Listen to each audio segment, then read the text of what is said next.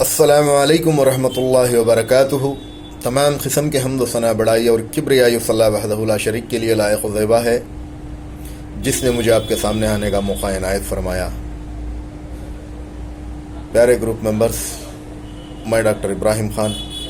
आज मैं आपके सामने हाज़िर होने का मकसद सिर्फ़ एक ही है, क्योंकि सोशल मीडिया पर हमने अक्सर देखा है कि कई लोग जिसको काम धंधा कुछ नहीं होता वो डॉक्टर बनने लगे हैं और डाइटिशियन बनने लगे हैं। ना तो इनके पास कोई गवर्नमेंट की अप्रूवल की हुई सर्टिफिकेट रहती है, ना तो इनके पास कोई तजुर्बात रहते हैं, ना तो इनके पास कोई इल्म रहता है इस चीज़ का।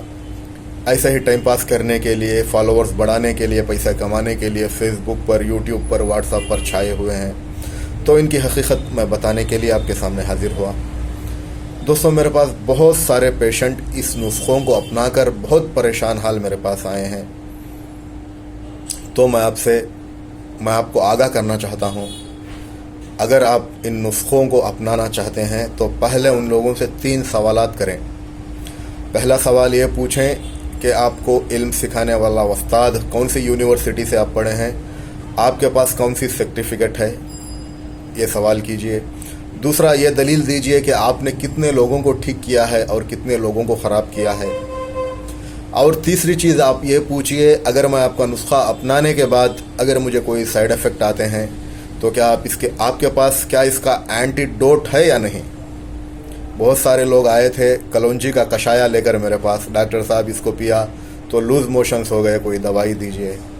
तो जब दवाई देते हैं तो उसका एंटीडोट भी रखना पड़ता है दोस्तों।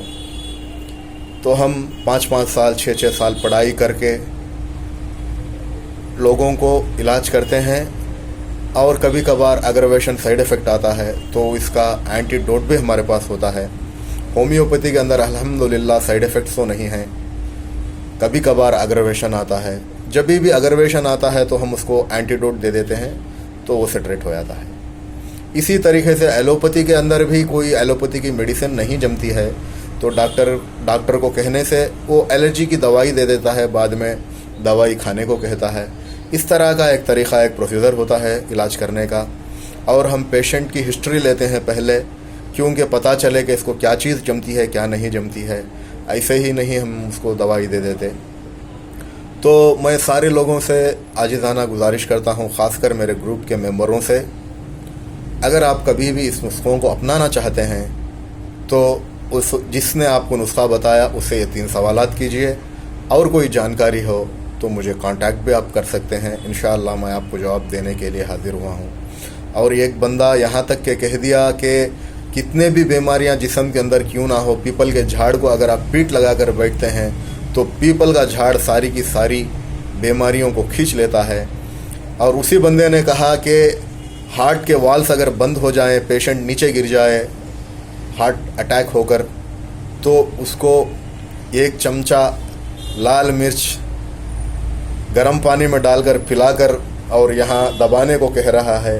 ये कौन सा इलाज है, ये कौन सा तरीक़ा है, वल्लाहु आलम बिस्सवाब। दोस्तों, जिस तरह से आप लोग जो है ना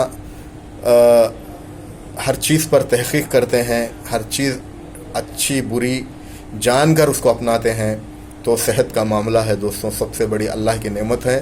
सोच समझ कर इन लोगों को फॉलो करें।